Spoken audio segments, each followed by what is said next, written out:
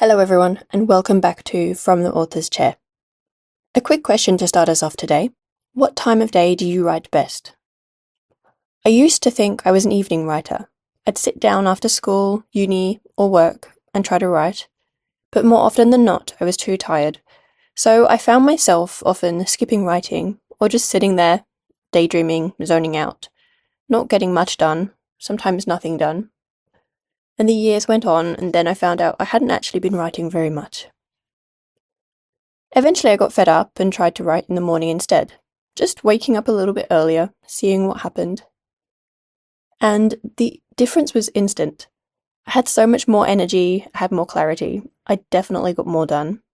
Since then, mornings have become my writing sacred time. I will wake up early pretty much every day. There's always a few problems if my son is sick or I'm sick or just something doesn't happen. You end up sleeping through your alarm now and then. There's just something about knowing that I gave myself my best creative energy, giving myself the energy first. I'm a little bit stubborn that way. Now, if I can't write in the mornings, I find myself thinking, why should I give my job the best of me and leave only the scraps for my dreams? So I always try to think of it as I'm giving my dreams my best energy, my best creative battery. And then my friend's the opposite. They're a hardcore evening writer. For them, it's about having distance between work and giving themselves something peaceful and personal before bed. For them, that separation really matters, which I do get as well. So, if you're feeling stuck in your writing, maybe try switching it up. You might not be an evening bird after all, You could be a morning writer and you didn't know it yet. Or you could even prefer the calm of the night. Either way, test it out. You might surprise yourself. Okay, I told you last time that this chapter was meeting one of my favourite characters. It's just a soft intro, but I hope you're going to start loving them. Let's jump on into Chapter 7. Chapter 7. The Man and the Shadow.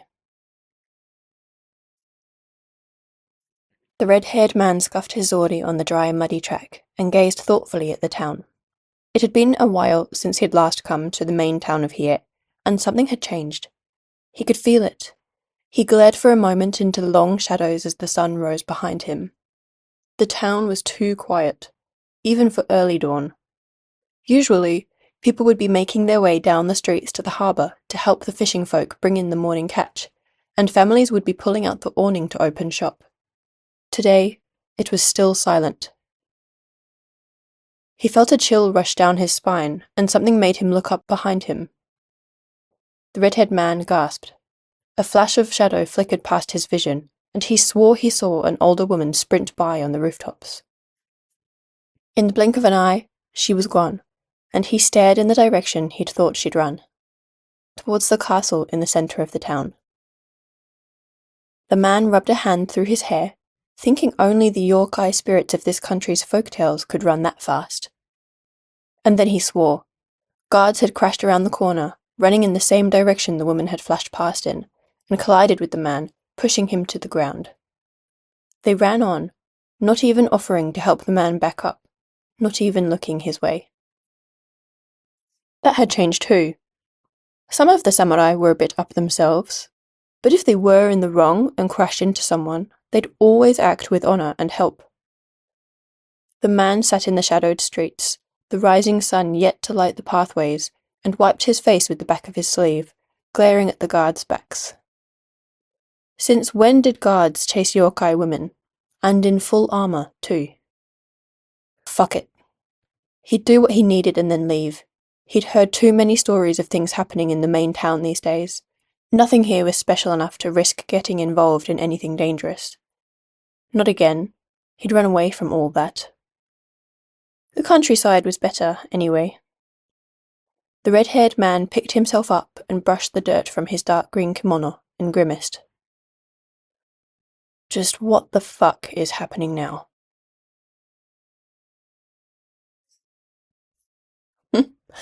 Actually, that's quite a short one. I'd forgotten how short that was. So that wraps up chapter 7. Thanks for listening. And probably will want to move on to the next one pretty quickly. Just a short intro then. And this man will be the second POV. And that was what I was most excited about most, to have the secondary character come on in. Before I go today, I want to go back to the time of day that you're writing and a little bit of a writing tip. Especially if you feel like you're short on time, try using small moments throughout your day to write. I used to start off thinking that I had to do my writing in large slots, or it didn't feel like it was doing anything. But especially since I became a mother, that time, like, there just wasn't time. And so I thought I use Google Docs deliberately because I can access it from anywhere. You know, any computer, anywhere in the world, doesn't matter. And so I downloaded it onto my phone. Sometimes I literally write while I'm walking to the train station, and I also write while I'm on the train sometimes. If I get a scene idea or a burst of dialogue during a break, I also just quickly jot it down. It might only be a line or a few hundred words here and there, but it really adds up faster than you think. Honestly, I finished the draft of Iron Angels way quicker than my earlier books, and that's a big reason why. I really embraced writing while I was walking to the train station. You know, writing in the chaos and the small slivers of time.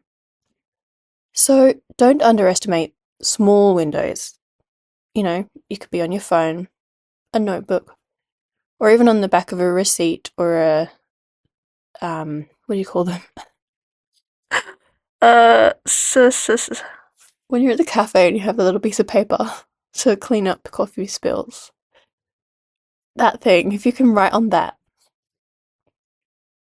And just think of it as you're not just writing words, that you are building something, and every tiny little thing that you can build up brick by brick, you know, like a house, you know, it really matters. So thanks for being here with me. I'll see you next time for chapter 8. Until then, stay creative, keep chasing your story.